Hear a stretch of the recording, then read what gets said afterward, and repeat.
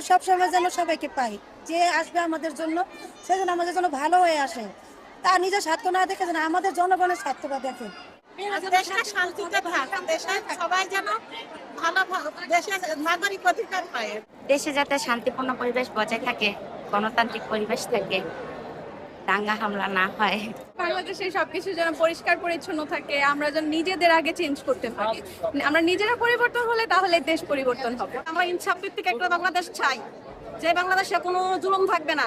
আমরা তো যার যে কামাই করে খাবো, সুযোগ সুবিধা দিব, এই আমরা নারীদের জন্য ভালো সুন্দর ব্যবস্থা চাই, নারী শিক্ষা ব্যবস্থা, নারীদের আত্মমর্যাদা যেন ভালোভাবে চলাফেরা করতে পারে। অনেক ভালো একটা দেশ চাই, অনেক সুন্দর একটা দেশ চাই। এবারের জাতীয় নির্বাচনে 12.5 কোটির বেশি ভোটারের প্রায় অর্ধেকই নারী। রাজধানীর দুটি কেন্দ্র ঘুরে জানার চেষ্টা করছিলাম নির্বাচন নিয়ে তাদের আশা প্রত্যাশা।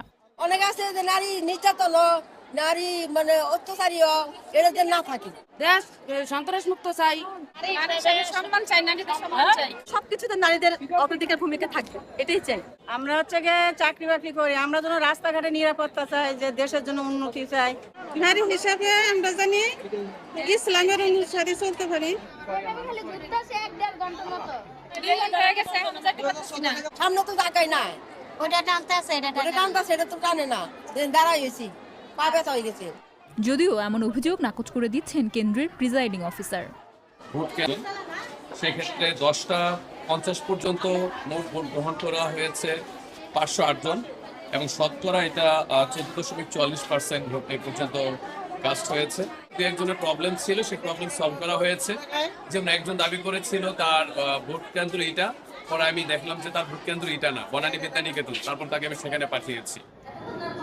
এখান থেকে আমরা গিয়েছিলাম ঢাকা 11 আসনের একটি কেন্দ্রে। আমরা এখন আছি রাজধানীর মধ্যপাড়ার একটি স্কুল বাটা হাই।